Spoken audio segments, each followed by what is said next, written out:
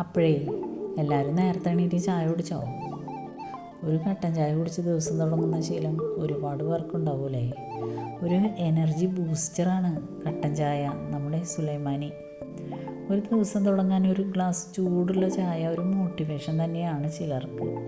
നമ്മുടെ തിരക്കിനിടയിൽ ഒരു പോസ്, ചിലപ്പോൾ ഒറ്റയ്ക്ക്, ചിലപ്പോൾ എല്ലാവരും എത്തും.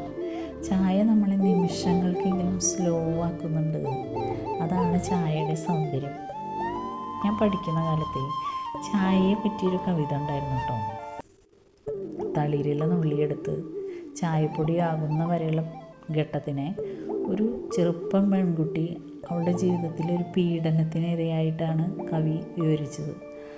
അവസാനം ചായപ്പൊടി തിളപ്പിച്ച വെള്ളത്തിലേക്ക് ഇടുമ്പോൾ പൊങ്ങി അതിലുണ്ടാവുന്ന ആ കടും ചുവപ്പ് നിറത്തിനെ അവളുടെ രോഷാഗ്നിയായിട്ടായിരുന്നു വിവരിച്ചത്. നല്ല ഒരു കവിതയായിരുന്നു അത്.